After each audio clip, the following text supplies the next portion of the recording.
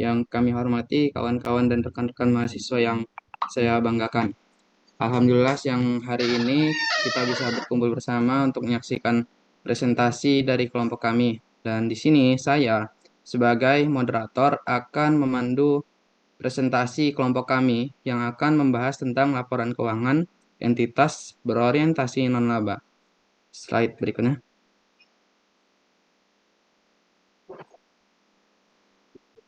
Oke, sebelum kita lanjut ke pembahasan, saya akan memperkenalkan 5 anggota dari kelompok ini.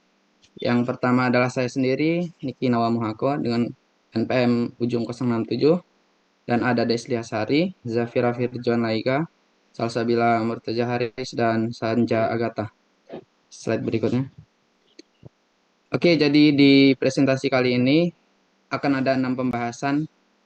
Yang pertama adalah entitas nirlaba, karakteristik dan bidang entitas nirlaba, standar akuntansi entitas non-laba, laporan keuangan entitas non-laba, entitas berorientasi non-laba, yaitu contohnya yayasan, dan contoh laporan keuangannya. Slide berikutnya.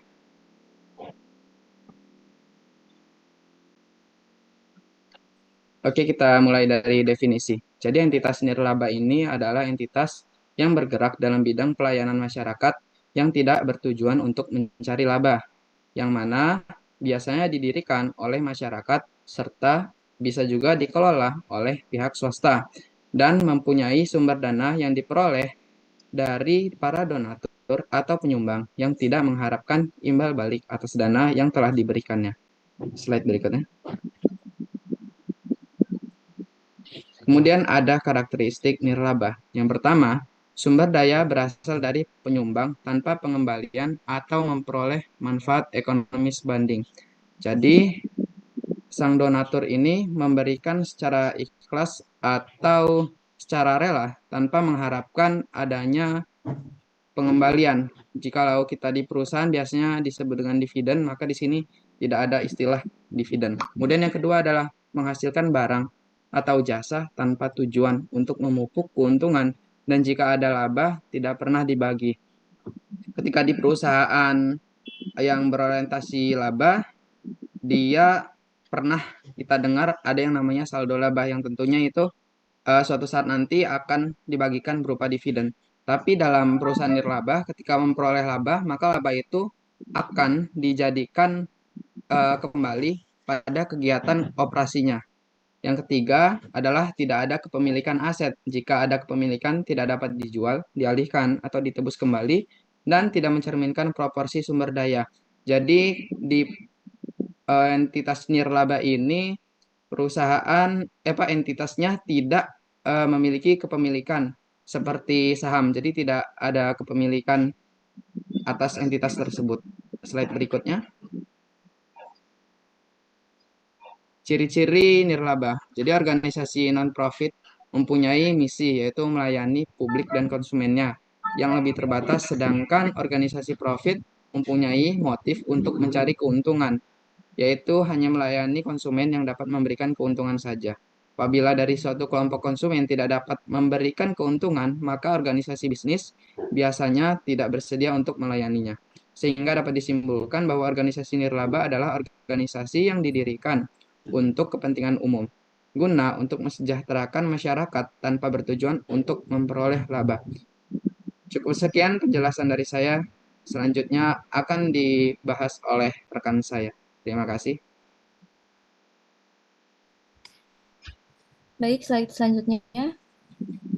Terkait perbedaan entitas laba dan non-laba.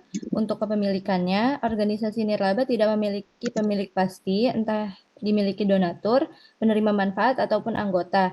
Untuk organisasi laba dimiliki oleh satu atau beberapa orang dan mendapat keuntungan secara finansial dari kepemilikan tersebut.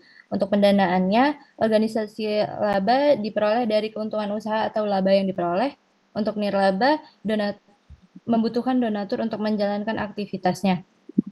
Untuk keuntungan finansial, organisasi laba mendapatkan untung berupa laba dari kegiatan yang dijalankan, dari penjualan dan operasi. Untuk nirlaba, anggota tidak mendapatkan keuntungan finansial. Dari segi tanggung jawab, Dewan Komisaris tidak bisa mengambil keputusan dengan mudah sebab mereka bukan pemilik organisasi. Ini untuk organisasi nirlaba. Sedangkan untuk laba, Dewan Komisaris bisa melakukan pengawasan, mengambil keputusan, memimpin direksi, pelaksana sekaligus pemberi nasihat.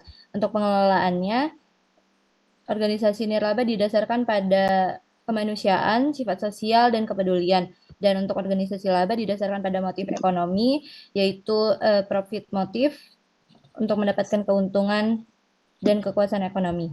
Slide selanjutnya.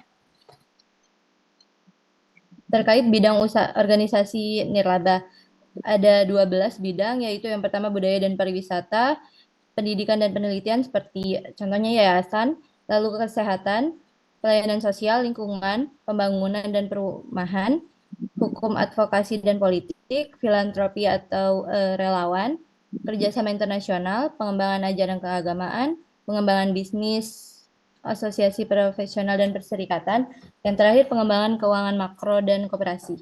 Selanjutnya, untuk standar akuntansi entitas non-laba sendiri, awal mulanya Dewan Standar Akuntansi Keuangan IAI telah mengesahkan SAK 45 revisi 2017.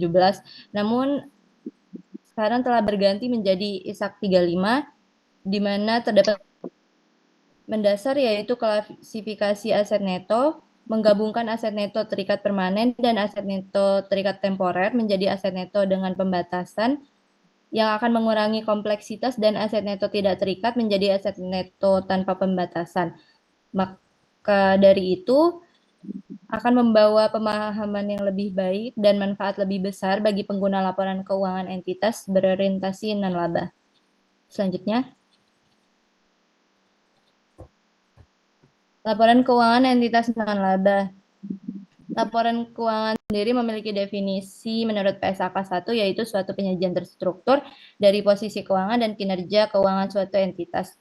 Laporan keuangan ini meliputi aset, liabilitas, ekuitas, pendapatan beban, termasuk keuntungan dan kerugian, dan beserta informasi lainnya yang terdapat dalam catatan atas laporan keuangan. Slide selanjutnya. Laporan keuangan entitas non-laba sendiri ada 5.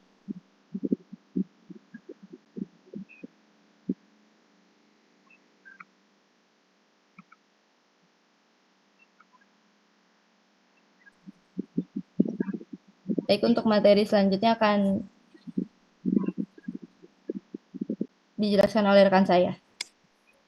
Oke, adapun tujuan dari pelaporan keuangan ada 2, yaitu dalam kepengurusan organisasi nirlaba tentunya dilaksanakan oleh pemimpin, manajer, pengurus atau penanggung jawab yang menerima amanat dari stakeholder untuk menciptakan akuntabilitas, maka organisasi nirlaba memerlukan